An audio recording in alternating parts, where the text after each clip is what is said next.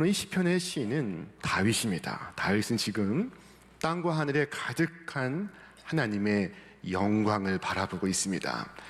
땅과 하늘에 가득한 만물은 조물주 하나님의 솜씨를 드러내고 있었습니다. 다윗은 거대한 자연을 목도하는 순간 위대한 창조주 하나님을 느끼지 않을 수가 없었습니다. 자, 그가 고백합니다. 여호와 우리 주여, 주의 이름이 온 땅에 어찌 그리 아름다운지요. 자, 모든 예술가들은 자신들의 작품에 이름으로 서명을 합니다. 피카소가 그렇고 르누아르가 그렇고 또 이중섭이 그렇습니다. 그 서명 때문에 그 작품은 어마어마한 가치를 갖습니다. 하나님께서 온 우주 만물을 지으신 후에 당신의 이름으로 서명을 하셨습니다. 근데 그 서명을 알아보고 작품을 알아보았던 이들은 놀랍게도 어른이 아닌 어린이와 젖먹이들이었습니다. 자, 성경은 말씀합니다. 주의 영광이 하늘을 덮었나이다. 어린이와 젖먹이들까지도 그 입술로 주님의 위엄을 찬양합니다. 자, 여러분, 어린이의 눈을 보셨습니까? 그 맑고 깨끗한 눈. 아이들의 눈에는 티가 없습니다. 아이들은 겸손합니다. 부모님을 있는 그대로 신뢰합니다. 그래서 예수님도 어린아이와 같지 아니하면 너희가 결단코 천국에 들어가지 못하리라 말씀하셨습니다. 인류 최초의 우주 비행사는 1962년 러시아의 유리 가가린이었습니다. 자, 그가 최초로 우주를 돌아다니고 왔습니다. 그가 돌아와서 한 말은 하나님은 안 계시다 하는 말이었습니다. 자, 그로부터 5개월 뒤에 미국의 글렌 중령이 우주인이 되었습니다. 그가 우주를 다녀왔습니다. 그가 우주를 다녀온 후에 했던 말은 온 우주에 하나님의 영광이 가득하도다 하는 말이었습니다. 똑같은 우주를 비행하고 똑같은 우주를 보고 왔습니다. 그러나 한 사람은 하나님이 계시다 말하고 한 사람은 하나님이 안 계시다 라고 말하고 있습니다. 참으로 이상하지 않습니까? 유리 가가린은 눈이 가리워 하나님을 보지도 못했고 글렌 중령은 눈이 열려 하나님의 솜씨와 손길을 보고 왔습니다. 자, 여러분, 보아도 눈이 가리우면 보이지가 않습니다.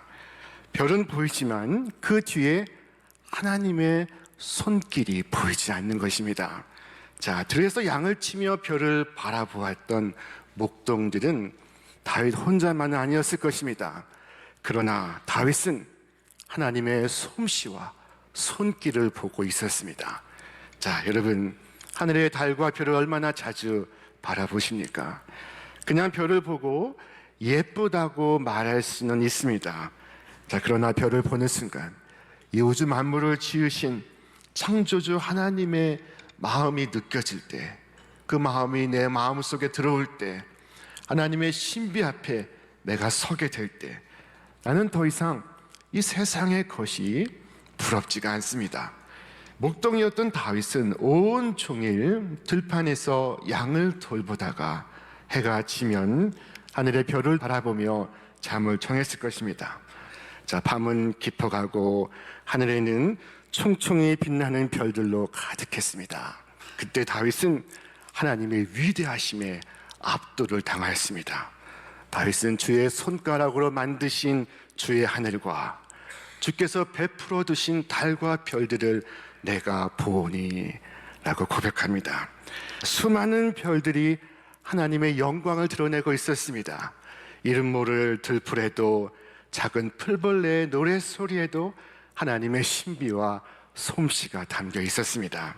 자, 이때 다윗의 마음에는 찬양의 노래가 가득해졌습니다. 자, 그래서 그는 언제나 가지고 다니는 악기를 꺼내어 별을 보면서 연주하기 시작했습니다. 자, 이 시편 8편의 시작은 이와 같습니다. 다윗의 시, 영장으로 깃딧에 맞춘 노래. 자, 이 깃딧이 무엇인지 알려져 있지는 않습니다. 그러나 성서학자들은 말하기를 이 깃딧이 훗날 영어의 기타가 되었다고 합니다. 그렇다면 이 기타의 선율에 맞추어 다윗은 하나님의 놀라운 영광을 찬송하고 있었던 것입니다. 하나님을 찬양하며 다윗은 자신을 발견하기 시작했습니다. 주의 손가락으로 만드신 주의 하늘과 주께서 베풀어 두신 달과 별들을 내가 보니 사람이 무엇이기에 주께서 그를 생각하시며 인자가 무엇이기에 주께서 그를 돌보시나이까. 자, 이때 인간을 가리키는 두 단어가 등장하고 있습니다. 하나는 사람이요, 하나는 인자입니다. 이 사람을 가리키는 히브리어는 에노스이고 인자를 가리킨 히브리어는 아담입니다. 자, 인류의 첫 조상인 아담과 그의 손자인 에노스, 그 이름의 뜻은 바로 사람이라는 것이었습니다. 자, 여러분, 인간이 무엇이고 사람이 무엇입니까? 야고보는 말했습니다. 너희 생명이 무엇이냐? 너희는 잠깐 보이다가 없어지는 안개이니라. 그리고 시편의 시인은 이와 같이 말했습니다. 이는 그가 우리의 체질을 아시며 우리가 단지 먼지뿐임을 기억하심이로다. 우리는 안개와 같고 먼지와 같은 인생입니다. 그러나 우리 이 인생을 하나님은 끝없이 사랑하십니다. 그래서 이 시편의 시인은 그 13절 앞에 이와 같이 고백을 하고 있습니다. 아버지가 자식을 긍휼히 여김같이 여호와께서는 자기를 경외하는 자를 긍휼히 여기시나니 이는 그가 우리의 체질을 아시며 우리가 단지 먼지뿐임을 기억하심이로다. 자, 여러분, 먼지 같은 우리의 인생을 기억하시고 안개와 같은 우리의 삶을 돌보십니다. 최근에 미국의 전 대통령인 조지 부시가 대한민국을 방문했습니다. 전 대통령이지만 그가 만나는 사람은 연일 화제가 되고 있습니다. 우리는 그것을 특별한 취급을 받은 것으로 여깁니다. 그렇다면 온 우주를 지으신 창조주 하나님께서 나를 찾아오신다면 그 느낌은 어떻겠습니까? 자, 다윗은 감격했습니다. 하늘과 땅을 창조하신 놀라우신 하나님, 하늘도 땅도 담을 수 없는 그 크신 하나님, 그 하나님이 목동에 불과한 나에게 찾아오시고 그리고 하나님을 알게 하시고 하나님을 찬양하게 하시며 섬기게 하시다니. 자, 하나님은 우주 만물을 통하여 다윗에게 사랑의 편지를 보내시고 있었습니다. 오늘 시인은 하나님을 바라보며 자신을 발견하기 시작했습니다. 사람이 무엇이기에 주께서 나를 생각하시며 인자가 무엇이기에 주께서 나를 돌보시나이까. 자, 다윗은 내가 누구인가를 깨닫기를 시작합니다. 여러분, 나는 누구입니까? 나는 어떤 존재입니까? 내가 누구인지 나는 어떻게 알 수가 있습니까? 이 나를 알기 위해서 우리는 다윗처럼 하나님 앞에 서야 됩니다. 하나님 앞에서 나를 보아야 합니다. 하나님을 떠나서는 나에 대한 참 이해에 도달할 수가 없습니다. 나는 누구입니까? 시인은 이 나라는 존재를 가리켜 이와 같이 말합니다. 그를 하나님보다 조금 못하게 하시고 영화와 존귀로 관을 씌우셨나이다. 영화와 존귀로 왕관을 씌우셨다 말합니다. 이것은 인간의 놀라운 존엄성을 말씀하는 것입니다. 자, 예로부터 인간에 대한 잘못된 극단적인 두 견해가 있습니다. 하나는 인간을 너무 높게 보는 것입니다. 인간을 신이라고 보는 것입니다. 이것은 인간을 그릇되게 보는 것입니다. 흔히 권력을 가진 사람들은 나는 신이다 라고 스스로를 신격화합니다. 자, 그러나 인간은 신이 아닙니다. 자, 2차 세계대전에서 일본이 패전한 후에 일본의 천황은 라디오 앞에 섰습니다. 그리고 떨리는 목소리로 국민에게 말했습니다. 나는 더 이상 신이 아닙니다. 나는 인간입니다. 그는 더 이상 신이 아닌 것이 아니라 한 번도 신인 적이 없었습니다. 인간은 하나님이 아닙니다. 인간은 피조물입니다. 인간은 말 그대로 지으심을 받은 존재입니다. 스스로 존재하는 자존자가 아닙니다. 인간은 하나님보다 조금 못하게 지음을 받았습니다. 그러나 이것이 얼마나 큰 특권인지 알 수가 없습니다. 자, 하나님은 우리에게 하나님의 형상의 관을 씌워 주셨습니다. 다른 피조물에게 이런 관을 씌워 주신 일이 없습니다. 영화와 존귀로서 관을 씌워 주신 것입니다. 영화롭고 존귀하신 하나님을 닮은 존재로 하나님은 인간을 지으셨습니다. 자, 인간에 대한 또 다른 잘못된 견해는 인간을 너무 낮게 보는 것입니다. 소위 물질의 견지에서 바라보는 것입니다. 인간을 최고로 진화된 가장 고등 동물로서 보는 것입니다. 동물의 세계 속에서 인간의 나됨을 찾는 것입니다. 자, 이렇게 되면 인간과 짐승의 차이가 없어집니다. 동물의 세계에는 무서운 생존 경쟁이 있습니다. 내가 살기 위해서 남을 죽이는 것, 이것이 동물의 세계입니다. 큰 짐승은 작은 짐승을 잡아먹고 작은 짐승은 더 작은 짐승을 잡아먹습니다. 그야말로 적자 생존이요 약육강식입니다. 자, 그런가 하면 우리 인간은 그렇지 않습니다.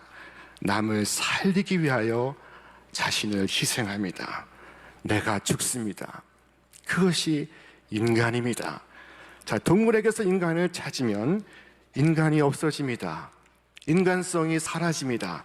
이것은 인간을 너무나 낮게 바라보는 것입니다. 창세기 1장을 보면 하나님은 만물을 그 종류대로 창조하십니다.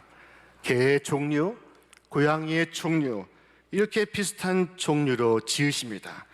소는 소같이 지으시고 말은 말같이 지으시고 여우는 여우같이 지으셨습니다. 그런데 사람은 사람같이가 아니라 하나님같이 지으셨습니다. 성경은 말씀합니다. 하나님이 자기 형상, 곧 하나님의 형상대로 사람을 창조하시되 남자와 여자를 창조하시고, 그러므로 인간이 인간으로 창조받은 그 자체가 엄청난 특권입니다. 우리는 하나님 그 앞에서 나를 보아야 합니다. 나를 발견해야 합니다. 그러면 내가 누구인지를 알 수 있습니다. 내가 얼마나 귀중한 존재인지를 깨달을 수가 있습니다. 좀 더 나아가서는 하나님이 주시는 사명을 보고 나를 볼 수 있어야 합니다. 그러면 내가 얼마나 귀한 사람인 줄을 알 수가 있습니다. 자, 시인은 하나님이 주시는 사명에 대하여 이와 같이 말하고 있습니다. 우리 함께 읽겠습니다. 주의 손으로 만드신 것을 다스리게 하시고 만물을 그의 발 아래 두셨으니. 자, 하나님은 사람에게 만물을 다스리는 특권을 주셨습니다. 사명을 주셨습니다. 만왕의 왕이신 주님이 우리를 믿고 하나님을 대신하여 세상을 돌보라고 다스리라고 사명을 주신 것입니다. 자, 그 머리에 영화와 존귀로 왕관을 씌우시고 세상을 다스리는 하나님의 일을 맡기십니다. 그를 하나님보다 조금 못하게 하시고 영화와 존귀로 관을 씌우셨나이다. 자, 그러므로 우리는 하나님의 뜻대로 세상을 돌보고 지킬 책임을 집니다. 주님은 우리에게 사명을 주십니다. 이 사명은 나를 나되게 합니다. 자, 예수님께서 부활하신 후에 베드로와 요한은 예루살렘 교회 지도자가 되었습니다. 그러나 갈릴리에 초라하고 나약하고 배운 것이 없던 이 베드로는 앞이 막막하고 막연하기만 했습니다. 자, 그런데 성전에 기도하러 올라가다가 성전 미문 앞에 앉아있는 한 안진뱅이를 보았습니다. 자, 그날따라 베드로는 거지를 바라보며 성령에 충만하여 외쳤습니다.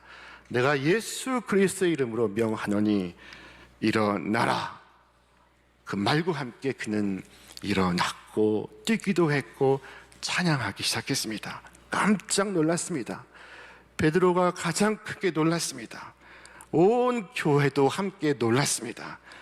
자, 그래서 베드로를 높이 추앙할 때에 베드로가 하는 말이 이것입니다. 내가 병 고친 것처럼 왜 나를 바라보십니까? 예수님께서 하신 것입니다. 부활하신 예수님께서 고치신 것입니다. 나를 통해서 역사하신 것입니다. 그러나 그 순간 베드로는 권위를 가지게 되었습니다.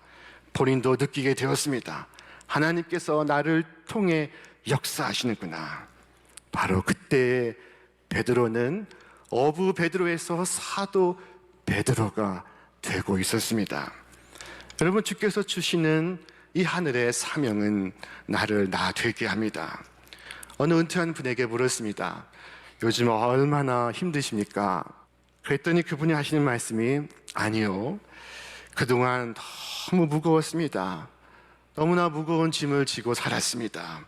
성과로 사람들을 평가하고 직원들이 말썽을 일으키고 너무나 짐이 무거웠지만 이제 퇴직을 하고 나니 너무나 시원하고 아주 자유롭습니다. 너무 좋습니다. 라고 말을 했습니다. 자, 그런데 얼마 후에 다시 그분을 만났습니다. 요즘 얼마나 행복하십니까? 그랬더니 그분이 하시는 말이, 아니요, 무거운 짐을 지고 있을 때가 더 좋았습니다. 자, 여러분, 책임을 진다는 것, 그것이 바로 삶입니다.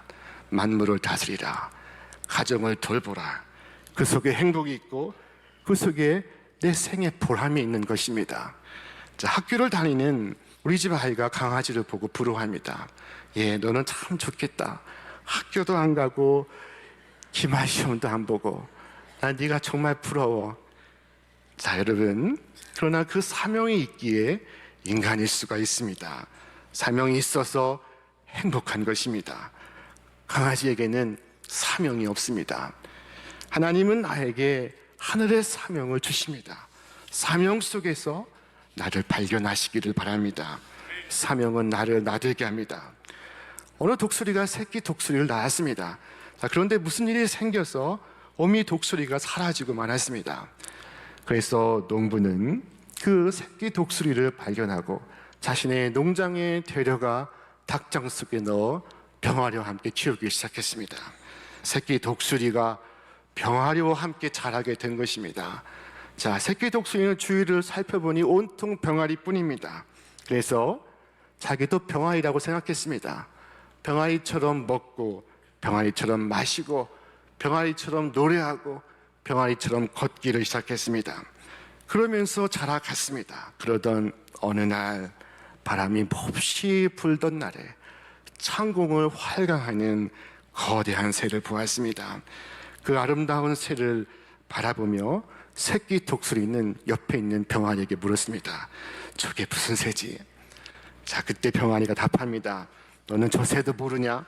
우리 새들 가운데 왕인 독수리야.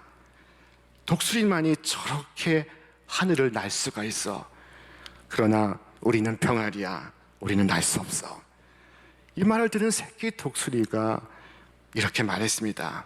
맞아, 나는 병아리야. 나는 날 수가 없어.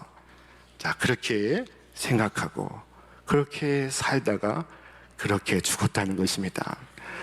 여러분, 병아리 속에서 나를 인식하지 마시고 하늘의 하나님 앞에서 나를 발견하시기를 바랍니다.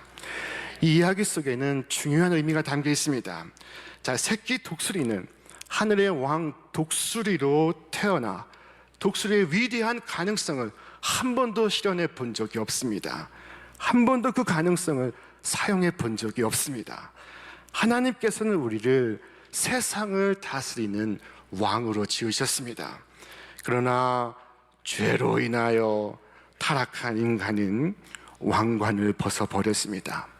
하나님의 존귀와 영광의 형상이 훼손되고 말았습니다. 그 결과 왕이 아닌 노예가 되어 살아갑니다. 더 이상 자연을 다스리기보다 자연을 숭배하고 자연을 돌보기보다 자연을 파괴하기 시작했습니다. 한 대형 백화점에서 일하던 직원이 물건을 훔치다가 발각이 되어 쫓겨나게 되었습니다. 자, 그런데 자신의 잘못은 뉘우치지 않고 백화점을 나오면서 아주 엉뚱한 장난을 쳐놓았습니다. 자, 그것은 백화점 안에 모든 물건들의 가격표를 감쪽같이 뒤섞어 놓은 것입니다. 자, 그래서 10,000원짜리에는 100만 원을 붙여놓고 100만 원엔 10,000원짜리를 붙여놨습니다. 문제는 다음날 아침에 백화점 문을 열었을 때 이것을 알아채기까지는 반나절이나 걸렸다는 것입니다. 자, 그 반나절 동안 카운터의 점원들은 누구도 가격표를 의심하지 않았습니다. 자기는 자기 일만 하면 된다는 생각이었습니다. 고객들은 비싼 물건이 값싸게 되자 값비싼 물건들을 사가기 시작했습니다. 그런데 자기 장난감을 사기 위해 10,000원을 들고 왔던 어린아이가 장난감 앞에 서서 보니 100만 원짜리 가격표가 적혀 있습니다. 아이는 놀라서 그 장난감을 들고 백화점의 점원에 가져다 주었습니다. 자, 그제서야 백화점은 가격표가 이상하다는 것을 발견하게 되었습니다. 자, 여러분, 이 가격표를 바꿔 놓은 그리고 쫓겨난 점원의 범죄도 기가 막힌 일이지만 그 사실을 아무도 깨닫지 못했다는 것도 기가 막힌 일입니다. 곰곰이 생각해 보면 오늘 우리가 이렇게 가격표가 뒤바뀐 세상에서 살아가고 있습니다. 누군가 인생의 가격표를 다른 피조물의 가격표와 바꾸어 놓았습니다. 자, 그 결과 사람이 비하되고 사람의 지위가 추락합니다. 개보다 못한 사람이 되고 짐승보다 못한 인간이 되고 심지어 기생충 같은 인간이라고 말하기도 합니다. 세상은 사람을 외모로 평가하고 직업으로 분류하고 출신으로 나눕니다. 그러나 우리는 본래 하나님의 형상대로 지음받은 하나님께서 친히 존귀와 영광으로 관을 씌워주신 존재임을 잊지 말아야 합니다. 오늘 여러분의 가격표는 안전하십니까? 여러분은 하나님이 부여하신 그 가치대로 살아가시고 있습니까? 사탄이 이 땅에 와서 행한 범죄는 하나님이 창조하신 동산의 모든 물건의 가격표를 바꿔놓은 것입니다. 그 결과 우리가 다스렸던 만물을 오히려 우리가 섬기고 있습니다. 이는 그들이 하나님의 진리를 거짓 것으로 바꾸어 피조물을 조물주보다 더 경배하고 섬깁니다. 여러분, 어떻게 하여야 우리가 하나님의 형상을 되찾고 영광과 존귀의 왕관을 다시 쓰고 참 사람이 되고 참 인간다운 삶을 살 수 있겠습니까? 자, 우리가 할 수 없어서 절망에 빠져 있을 그때 하나님께서는 우리를 위해 예수 그리스도를 보내셨습니다. 예수 그리스도께서 이 땅에 오셔서 행하신 일은 바꾸어진 가격표를 본래대로 바꾸어 놓으신 일이었습니다. 잃어버린 나의 가치, 내가 얼마나 소중한 존재인지, 얼마나 귀한 사람인지 예수님은 십자가로 나를 구속하셔서 나를 다시 왕이 되게 하셨습니다. 그리스도와 함께 왕 노릇하게 하셨습니다. 자, 다윗은 인간이 하나님의 관심의 대상이 된다는 사실에 크게 놀라 감탄했습니다. 사람이 무엇이기에 주께서 나를 생각하시며 인자가 무엇이기에 주께서 나를 돌보시나이까. 자, 그러나 오늘 우리는 하나님께서 우리를 회복시키시기 위하여 독생자 예수 그리스도를 보내셨다는 사실에 이와 같이 감탄할 수가 있습니다.